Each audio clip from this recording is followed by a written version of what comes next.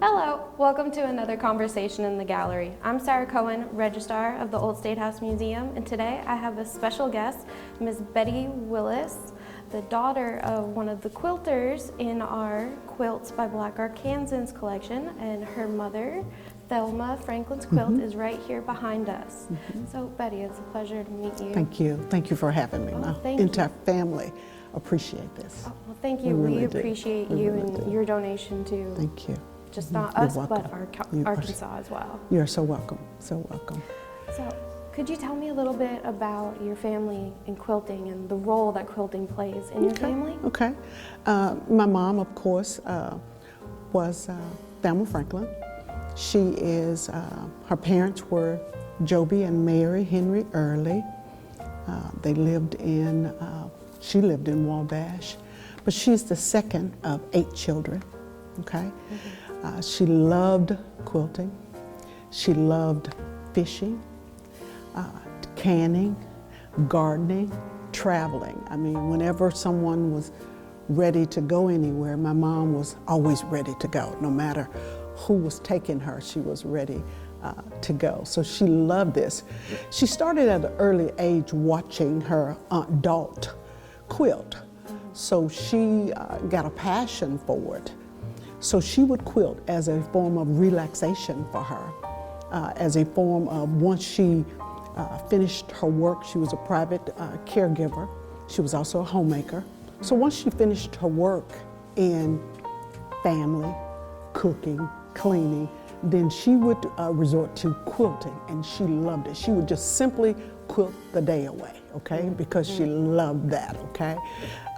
The beauty of the role was that Mom put so much time in it, and she's put so much love in it until we didn't appreciate it until after we got older, okay. As a child growing up, all I saw was a lot of strings on the floor, a lot of quilt pieces on the floor. What we used to call you all call it a quilting frame, we used to call it a horse. Because when she would finish quilting, we would ride that horse, okay? So that was exciting to her. The pieces that she used, to quilt were sentimental pieces. She would take an old dress of ours, an old flour sack. Once she, finished with the flour, I'm talking about cooking flour. When she would finish a blouse or old sheet that was torn and tattered, then my mom would cut those. She wouldn't throw it away now. She would cut those pieces up and use pieces of newspaper. And I have a display, if you would like to see that, of her original, one of her first quilts that she quilted. So we were real excited. When I found that last week, I thought, I gotta show this of Mom's initial quilting. But she loved it. She loved quilting. So we just didn't appreciate it until later on. But it was wonderful. She would just use all different pieces of different things around the house. Yes. Nothing ever went to waste or was put to the side. No, ma'am. Nothing was thrown away unless she had cut it to the as much as she could cut. Last threads on the floor. Yes, to get the pieces out of it. And she would just quilt and piece and iron. She did, you have to iron the pieces down and get them ready.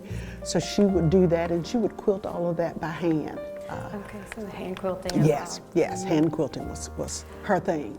Did she ever look for specific patterns, or did she let the fabric speak to her and tell her kind of, this is how I possibly want to look, or no? Oh, she had all kind of patterns. She had all kind of patterns, pinwheel, patchwork, all kind of patterns. And what she would do, again, is pull those old sentimental pieces of clothing, of garments, and she would just cut it out. Just cut it out. And then she would have a stack of pieces, and then that's when she would do it in blocks. She wouldn't, just spread them all out. She had them in blocks that she would do. So it was very unique. She loved joining those pieces together and getting a final product, and that's what made it so important to her, is when she would flop that top out so everybody could see it, then we were just in awe, because we thought, oh, Mom, this is pretty. I want this one. No, I want this one. Almost every daughter got a quilt Some of us got 2 or 3, okay? Some of us got more than one. But she would walk into the house and say, "Did I piece that quilt for you? Is that one of my quilts that's on your bed?" And if you would go into my mom's house, as I reminisce back, every bed had a quilt of hers, a handmade quilt of hers on the bed. So you would go in, and I can remember when we were small, then we would have so many quilts on us that we couldn't move, okay, because it would be cold. And we just couldn't move because Mama had all of us quilted down and warm.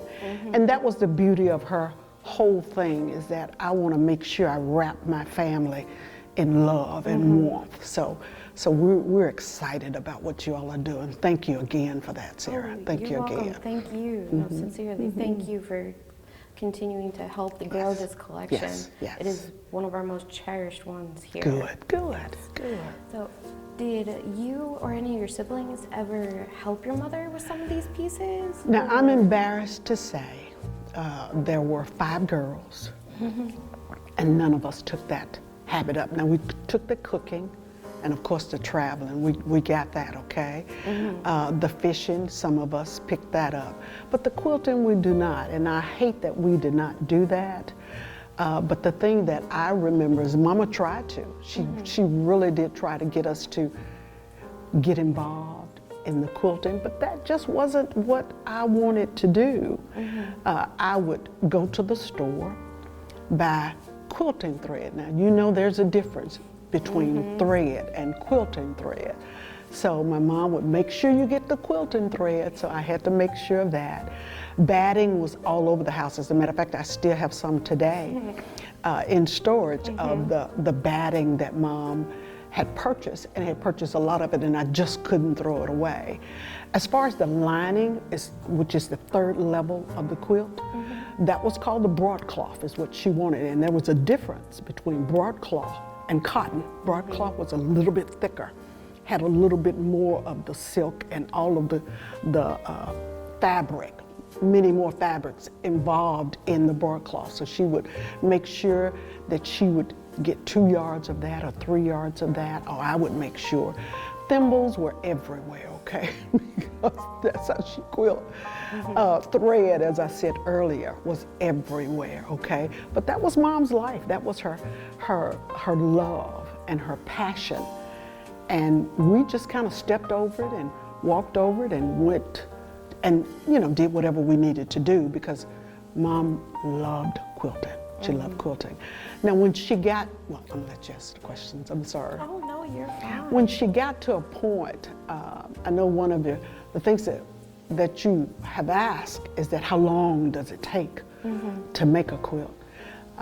Basically, Mom did full-size quilt and queen-size quilt, more full than she did queen, simply because a full would not take her as long as it would. And most people back then had full-size beds, okay?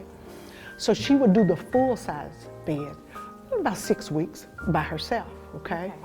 When she had to do a queen-size bed, she would get her sister, Iola Redmond, to come over, and they would just sit and talk and laugh and joke. They were very, very close. She had 2 other sisters, one of the sisters, but the other one didn't quilt as much as the other one did. So she and Aunt Dee would quilt just all day long. So when it got to a point where as Mom got older, then she joined what is called senior citizen, Mid-Delta, which is what you all have a video on already. And that's where the sisterhood came in. Okay. I mean, you could cut the camaraderie because they were just all around on each corner of the quilting frame. And Mama would look over there and say, "Now, Miss Sally, you need to straighten up your line now. Make sure that threading is done in a straight line, But Mama was in charge, okay? And it was her quilt, all right? So she wanted to make sure that her quilt was threaded, because once you flip that quilt over, you could see the straight lining of the thread. So she wanted to make sure, but she was at Mid-Delta in Helena, West Helena, and she loved her sisters there. all of that love and that passion, Oh my it goodness. comes out Oh my through goodness. that video. Oh my goodness. You can feel it when you watch Oh my the video. goodness. Oh my goodness. So when she would finish her quilt, then Miss Sally would bring in one that she had done and then work on Miss Sally's quilt. So that went on and on and on. And then they began to travel and show their quilts and you know, just display their quilts just like she did on the video. But she would just walk in and she would just say, you know, did I do that quilt? Yes, Mama, you did that quilt. That's the only, we don't know anybody else that would give us something of this value and would put so much time and love into it as you have done down through the years. Now, the one thing that she loved doing, whenever a grandchild, daughter, or son, she didn't discriminate. She did the boys as well as the girls, as the granddaughters. If they graduated from high school, headed off to college, they got a quilt, you know. If they got married and another one? they got another quilt, you know. It was just a pattern and a ritual for her to give Erin, to give Jordan, to give Kim, to give Tyrus, to give everybody, to give Banky, to give everybody a quilt once they reach that milestone in life. And she loved doing that. If she had relatives to come in from out of town, Chicago, oh, she would display her quilts out and they would take the biggest portion of them back with her, with them. And then that means Mama would have to piece some more quilts or make some more quilts all over again. So we were excited. And once again, we really didn't appreciate it until we got older. It sounds like your mother wanted to continue that warmth, that joy, and the love constantly through the family and generations. Yes, she wanted to pass that down through generations. You're absolutely correct.